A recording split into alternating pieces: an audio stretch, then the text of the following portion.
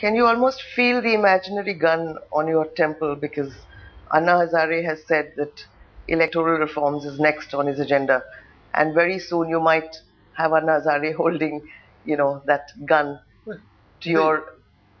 the gun will not be to my head. The gun will be pointed elsewhere. In fact, we are already talking of electoral reform. If at all, it will only strengthen our hand. It will only give us support, the necessary fillip, and the public opinion which was thought to be created by 7 consultations. Probably that will get a momentum. Extremely interesting. You're saying the gun will not be pointed here, which is in your direction, but elsewhere, which is the government as also the political establishment. So clearly, you do agree that the political establishment has indeed dragged its feet. It is at least 21 years since there has been talk of electoral reform. Yes, but Harinder, as I have said it already, why don't you give the devil his due? Because the fact that in the last 8 months so much has happened, which had not happened in these 21 years. I mean, how can you discount that? So You've been having discussions, Quraishi sir, yeah. but where is the written law No, no, on no. Well, reforms? well, it takes time. The fact that they have drafted a bill, the bill will see the light of the day very soon. And the whole idea of this exercise countrywide was to gather the opinion and also to mobilize opinion in favor of the reforms. And now that this has happened, the bill is being drafted. I think first draft is already ready. And we hope that it will go to the cabinet very soon, hopefully. And then it will come before parliament. In this debate which is going on now currently in our nation on the supremacy of parliament versus people's power, where do you stand?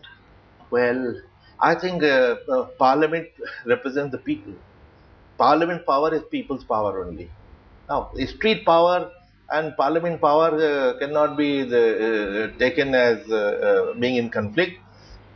People elect their representatives, and it is for the people to elect their representatives carefully. I would request to the civil society movement. Already we are working very closely with civil society. Association for Democratic Reforms is a civil society organization. About 1200 the NGOs together are working for National Election Watch, and we work very, very closely together. Now we would like civil society to create consciousness among the voters. Number one, to turn out to accept their responsibility and come out and vote, which they don't, particularly so-called urban educated elite. Now, they have no business to sit in their drawing rooms and criticize government when they have not taken part in its formation by not even going to vote. So we feel through voter education, we need to increase people's participation, and we did it recently. We created a voter education division in the election commission recently. In the 6 states we went to poll last year, Bihar and other 5. All 6 states recorded the highest ever turnout in history, 80 to 84% turnout. Now, obviously, if 84% people have voted, their representative is really representative of the people. If it was 30% choosing a candidate and winner coming only with 10% vote, then the question can be raised.